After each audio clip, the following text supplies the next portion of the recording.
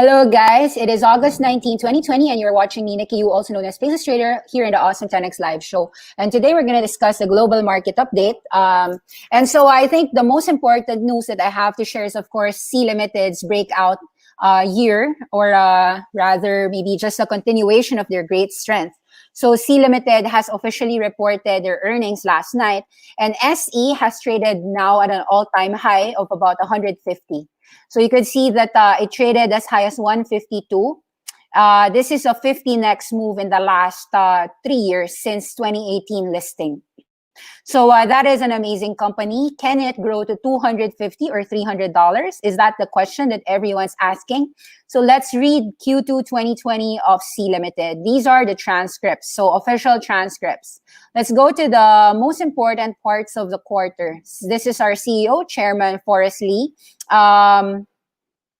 Sometimes you just need to go to the highlights. So let's highlight a few things. On the group level, I'm particularly pleased to record that we have a positive adjusted EBITDA of $7 million. Our quarterly adjusted revenue grew 93% year on year to reach $1.3 billion. Our gross profits this year grew by 106% to grow $200.8 million. The strong top line growth, the continued bottom line, demonstrates our ability deploying capital in a highly effective and efficient manner. Let me talk about each of the business lines, starting with digital entertainment. Garena had another excellent quarter, achieving historical highs. We reached more people than ever before, with close to 500 million active users around the world paying Garena games during this quarter. This represents an increase of 61% year on year. We rolled out more content than ever, engaging users, improving the further hit to 10%. Quarterly users grew at a strong rate of 91%, reaching $50 million for the quarter. As a result, the paying growth is now reaching $716 million for the revenues, up 50% year on year. Adjusted EBITDA margin reached a record high of 61%. We want to highlight the very strong performance, of course, of Free Fire, which set new records in user growth and engagement. Free Fire has already reached a record high of peak daily active users of more than 100 million. So Free Fire continues to be the top grossing game both in Latin America and Southeast Asia, both in iOS and Android. Free Fire has an enduring global appeal. It's ranked as the third most downloaded game worldwide across the iOS and Android in the second quarter. A key driver has been to create captivating content, engaging the whole world. So example, we observed that users enjoy the creative themes, such as the storylines we deployed for Free Fire's Elite Pass seasons. One of the most popular Elite Pass contents was Rampage Uprising, a reboot of Rampage. This is a 4-way 4-strategy mode, proving to be very popular with our users. Example as well, in July, we had a partnership with Netflix for a special in-game crossover with the global hit show Money Heist. So we are excited to work with Netflix creating this in-game takeover. We will launch this by September, and users will be able to enjoy a new game inspired by a plot of Money Heist, purchasing virtual skins, modeling after Tokyo. If you watch Money Heist, Berlin, I love Berlin, the professor, of course. And in recent months, we held large-scale esports events in both Asia and Latin America. In June, we are also holding our Free Fire. We held the Free Fire All-Star event in Asia across several tournaments. The Latin America, we also hosted online esports tournaments such as the Free Fire Gigantes, the Giants, so featuring the top teams from our pro leagues on Brazil and Latin America servers. July, Garena made another record high in monthly revenues. So monthly paying users in the same month doubled year over year. We continue to also let's now turn to Shopee. So Shopee accelerated growth across key markets. All of the consumers and sellers turned to Shopee for their go-to shopping and selling destination. So this is a platform, an e-commerce platform. We spoke about the rapidly changing needs of consumers and sellers, embracing e-commerce at an unprecedented pace. And so we have been seeing the same growth. Let's take a look. 150% year over year, reaching $615 million compared to 111% the first quarter. So can you imagine like growing 100% and then 100%? So 111 and 150. Gross orders for Shopee Mall increased at an even faster pace, more than 210% year over year. So in Indonesia, our largest market, our growth rates just accelerated even furthermore. We actually recorded 250 million orders for the market in the second quarter, a daily average of over $2.8 million, an increase of over 130% year over year. The growth in GMV, gross merchandise value, is now exceeding $8 billion, representing 110% growth. So in Indonesia, let's take a look at the numbers. The shopping category, in Indonesia, we have grown 188%, reaching $510 million. I'm pleased to share to you that the total adjusted revenue as a percentage of total GMV increased to 6.4% from 5% from the previous quarter. So in many of our markets, we have been launching a scaled-up support program for the local SME sellers during the quarter, offering financial support, helping them marketing expenses, helping them to reach new audiences. We've been devoting significant efforts to help the local SMEs growing their presence online. In fact, we also partner in Thailand with the government, developing and rolling out training support for farmers. This will encourage farmers, 1.5 million farmers, to scale their businesses inside Shopee. So in Malaysia, we also said that we are doing this online sales festival for the durian. Durian is a very special commodity in Malaysia, helping food to consumers directly, direct to consumer. Our live streaming feature is also growing in popularity. In terms of engagement, highly social user experience, we are seeing the same thing in June. We have partnered with K-Com. This is the most popular festival of K-pop music, to stream their hugely popular concerts exclusively inside Shopee. So at the same time, we're expanding sellers and brands across the region. With Google, we had a new service launching Google Ads service with Shopee. So the Shopee store is just growing stronger and stronger, allowing brands and sellers creating and sharing short-form video content inside their Shopee feeds for their followers. We are seeing e-commerce penetration continuing to deepen across the market and geography and demographics. Furthermore, Shopee is capturing, and we believe will capture, more outsized proportions. This is just a giant going further and further and further. Let's take a look at the third giant space that they are in, SeaMoney, of course. That is their digital service, as accelerating digitalization. SeaMoney focus continues to leverage and see strategic leadership position, digital payments in e-commerce and digital entertainment. We believe that our mobile total wallet increased to more than $1.6 billion. This is a 60% increase from $1 billion last quarter. Furthermore, the mobile wallet service grew about 50% to more than 15 million. So we are very encouraged to see that Shopee users saw that there's increased mobile volume, the convenience factor, as we skew them to the SeaMoney business. All of the total payment volume for the quarter will increase. Guys, you have a PayPal inside, you've got the games inside, Activision, you've got a Facebook inside, you've got a YY inside, you've got an Amazon inside. This is more than a Tencent. Sea Limited deserves the fucking all-time high. And so there's no reason to get scared of your Sea Limited. This is just one of the best quarters, and it's gonna grow stronger and stronger. E-commerce, this loss will be not important because e-commerce will just continue to grow. So they will continue to get market share and deepen their efforts. Those are great numbers. You can actually check out the Q&A portion for yourself and read it all together. Congratulations for the first results. Maybe the only question that all the investors of Sea Limited wants is, can they actually get Sea Limited a little bit lower, please? Or can it just get another 10% lower? So Sea Limited, of course, is a breakout. This is an all-time high. From 110 to 150, could it go to $200? Well, from a market cap perspective, we are seeing the market cap is less than $100 billion. So another 50% increase is not out of the picture. 150 can go to 225. I'm not saying that it will happen this quarter. People are saying that in the next few quarters, maybe Sea Limited has grown too much, from about 30 to 150. The 500% increase might be too frothy. So I don't know. It's really depending on how high the market can pay. But when it comes to the best numbers, Sea Limited has it all. So I'm not really sure if it will go 200 by next week or next month. But I do think that within the next year, then it's possible. Let's give it about 12 months. Any drops of Sea Limited at 130 below is a buying opportunity. Now, are there great numbers happening? Of course, you've seen Agora. Agora already rose 45 last night. Okay, it went to 45, then it closed to 42. I'd say that the numbers of Agora was great, so just continue to hold Agora. We are seeing a few numbers that people didn't like. Let's take a look at KC. Kingsoft Cloud fell about 8% last night after earnings call.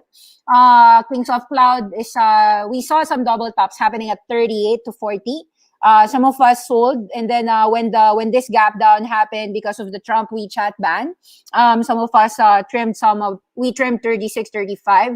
And so the question now is, after trimming at 38, 36, 35, should we get back in at 25 or 30, or will it go? Yeah, so the question is at 31, 32, can we get it at 25 or 30? Can it go lower first so that we can get a better entry, or will it go back up to 40?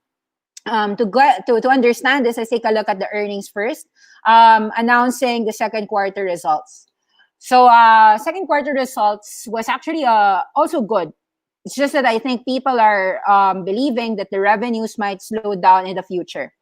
So total revenues was actually $200 million, an increase of 64%. Gross profit was 5% margin, so $80 million. 80 million on the yuan, that is $11 million, 5% on 217. So gross profit is quite low gross margin. So let's read it together. We delivered solid operational financial results for second quarter. Mr. Yulin Wang, CEO of Kingsoft Cloud, will continue to invest in technology, edge computing, big data, transcoding, and others, creating the future together, capturing the opportunities in the future. Despite uncertain macroeconomic picture, we think that we will deliver faster revenue growth than the general public cloud industry. We will continue to improve our bottom line performance as we achieve greater economies of scale. So second quarter range from 1.5 billion. Total revenues is going to be our guidance, 1.5 billion, representing an increase of 64%. Enterprise revenue was 246 million yuan.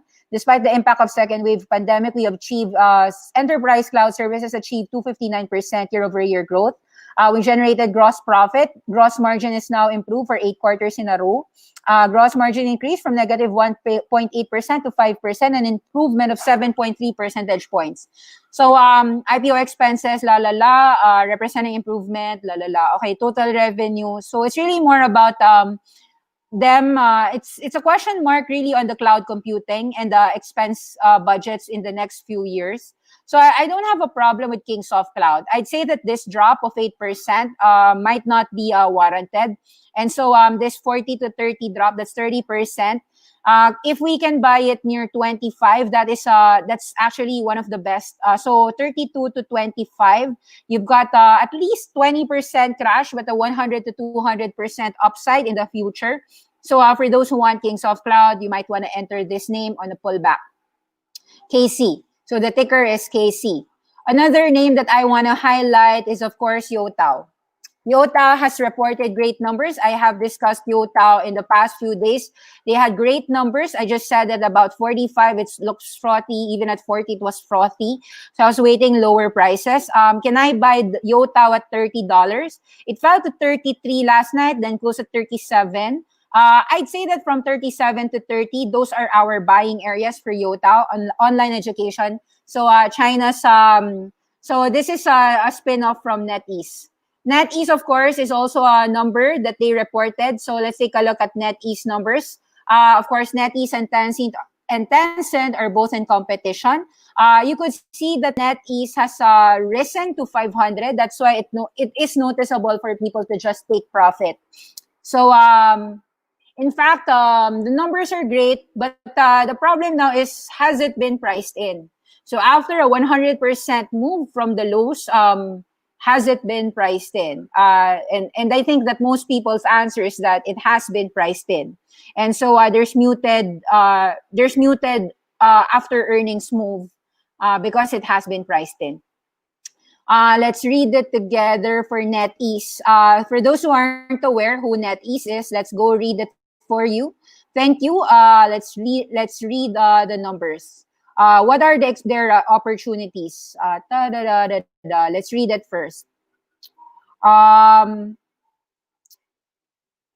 Okay, so with the support of our shareholders, NetEase is now going to be listed as well on the Hong Kong Stock Exchange. This dual listing reminds us of our commitment to shareholders, domestic and overseas. So that means that it doesn't matter if Trump delists NetEase because NetEase is also in Hong Kong. Now, once again, let's take a look at our businesses. Despite the challenging backdrop, our flagship titles and franchises and rapid growth from Youdao and NetEase Cloud Music continues to grow. Year over year, our revenues is 18 billion yuan, nearly 26% up. Net income is up 35% to 4.5 billion.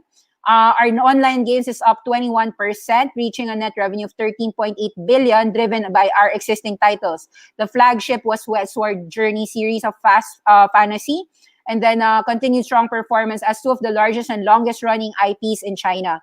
So both games consistently attracted a loyal cult. Adding to the success of Fantasy Westward, we introduced a legacy IP, a more casual light version, Fantasy Westward Journey H5 in June.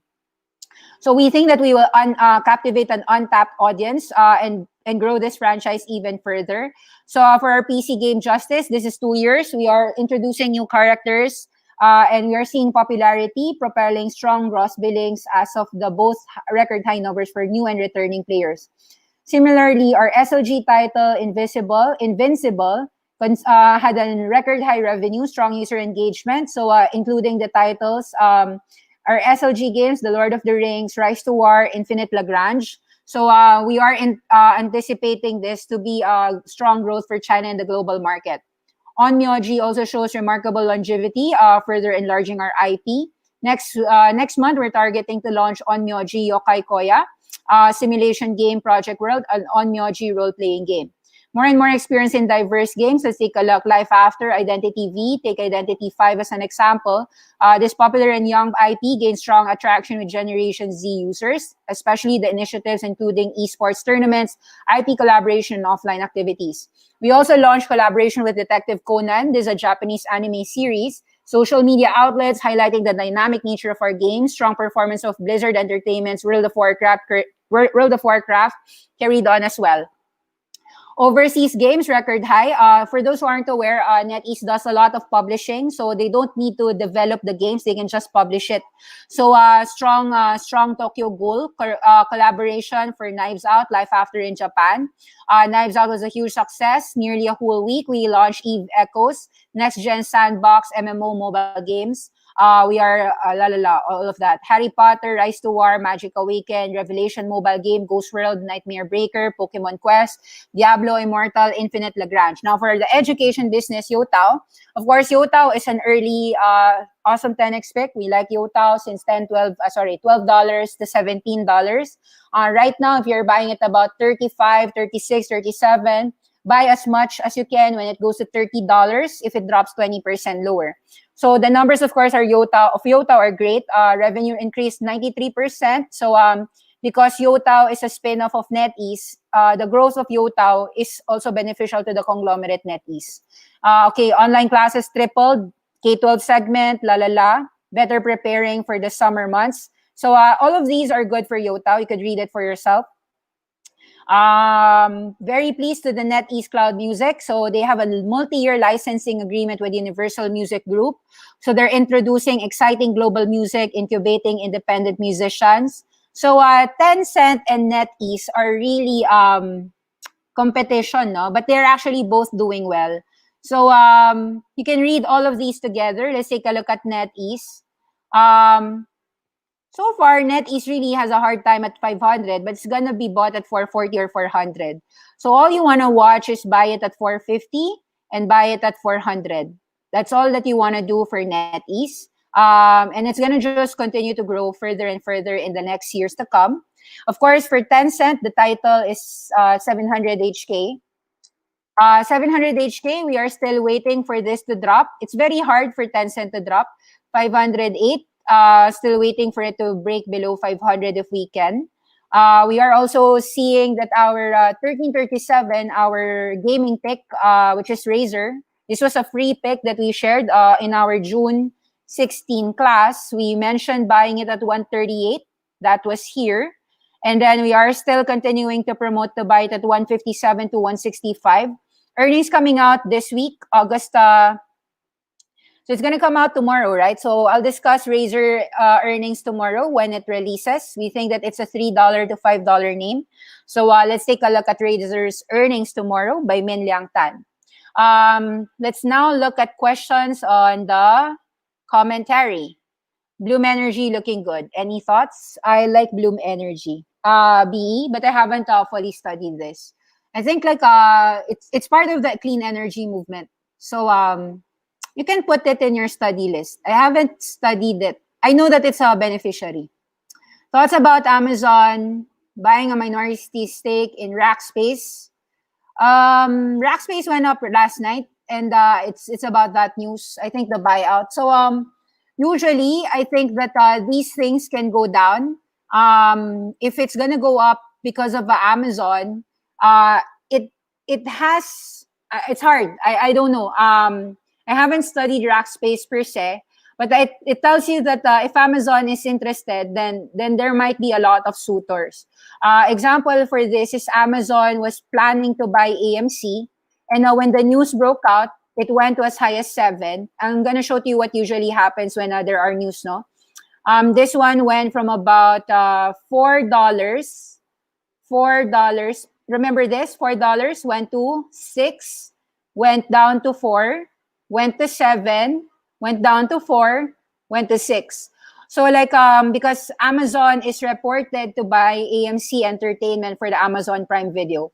So whenever like there's a buyout talks, usually it's gonna be true, but it could be 15, 19, 20, then goes back to 15 to 20. So you don't know how much Amazon is willing to pay for Rackspace.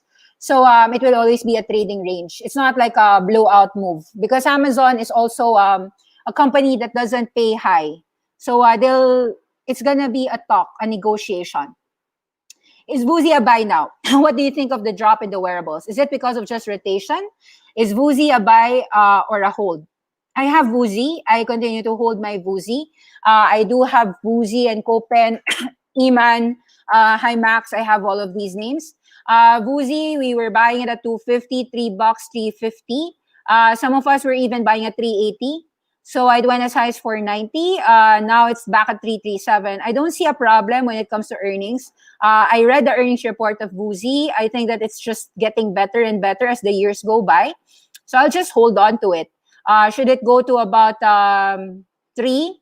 I'll wait another earnings. Actually, I think it's gonna go back to 4 and 5 eventually. So November is the next earnings front. No problem here. A lot of partnerships and a lot of hospitals. Even Walmart loves Vuzi. So no problem with Vuzi. I'd hold on to it. So this is a company that can go $9-10 in the next few years. So I'll hold on to it. Copen is also a wearable trends that I like. There have been selling here at about $2. So far, Copen went as low as 150 to 140. I'd say that these are buying areas. There was a strong buyer for the early commerce at 40 cents and 1 peso. I wasn't able to buy at 40 cents and 1 peso. Honestly speaking, I was only able to buy at 130, 140, as high as 160. So it went as high as $2. Part of me trimmed a bit, only on the double top. I didn't sell at the first tranche. This one I sold a little at 185. But I think that any drops here at 140 is a buyback. Even at 160, if you bought at 160, don't panic.